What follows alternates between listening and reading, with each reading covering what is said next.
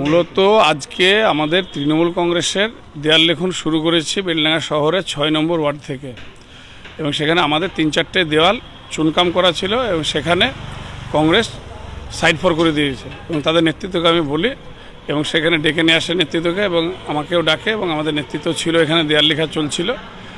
সেখানে কিশোর ভাস্কর মহাশয়ের সঙ্গে কথা হচ্ছিল, প্রাক্তন বিধায়ক মুখখিস্তি করে আমাদের মুখপাত্র মোজারুলকে, প্রাক্তন বিধায়ক মুখখিস্তি করে আমাদের মোজারুলকে, তারপর উত্তেজনার সৃষ্টি হয় এবং সেখানে অনেক পাবলিক ছিল আমাদের ওয়ার্ডের, তারা যাতে ঝামেলা না বাড়ে সেটা করে দেয় এবং এখানে পুলিশ এসেছিল, পুলিশও শান্তি শৃঙ্খলা বজায় থাকে, উভয় পক্ষকেই চলে যেতে পারে। কতটা দেওয়াল করেছে?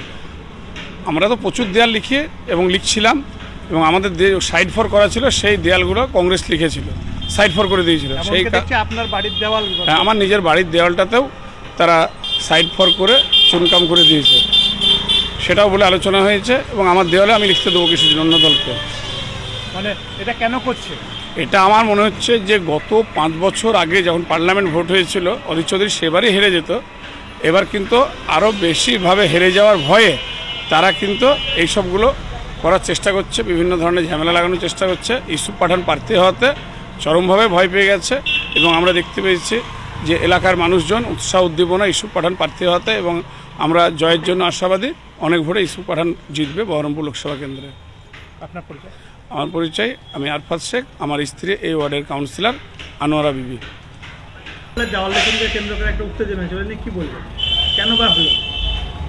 আজকে ৬ নম্বর ওয়ার্ডের হসপিটাল রোডে দেওয়াল নিয়ে তৃণমূল এবং কংগ্রেসের একটা সমস্যা হয়েছিল। আমি সাথে সাথেই আরফাতের ডাকে ওখানে গিয়েছিলাম এবং খুবই ছোট্ট সমস্যা, একটা কি দুটো দেওয়াল যেখানে সাইড ফর কংগ্রেসেরই লেখা আছে, আমি নিজে যেটা চোখে দেখেছি।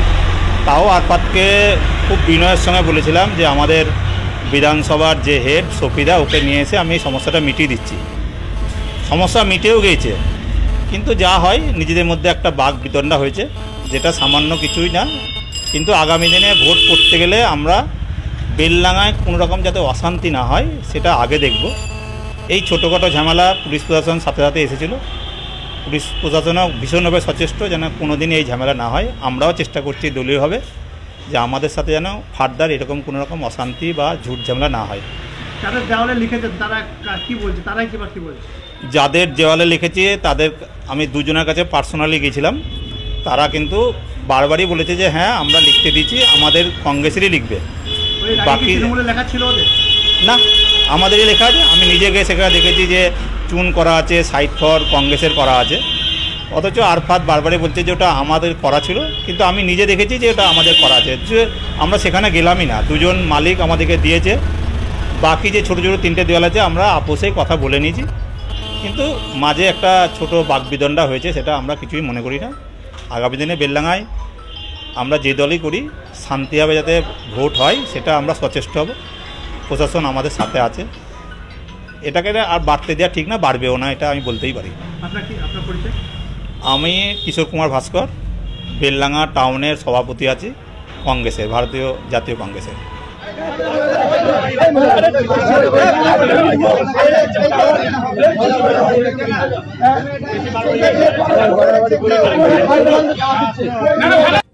তোমরা লিখতে পারো। আমি একে বললাম যে আমি আসছি সবিদাকে নিয়ে, একে নিয়ে দেওয়াল নিয়ে কোনো ঝামেলা হবে না, আমি কথা দিচ্ছি, এখানে কথা বলছি। এই এসে একে ডেকে নিয়ে এসছি।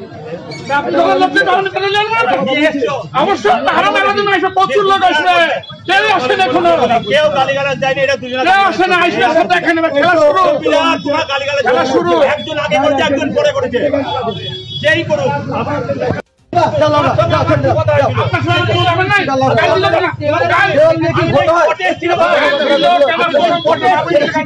পরিচয়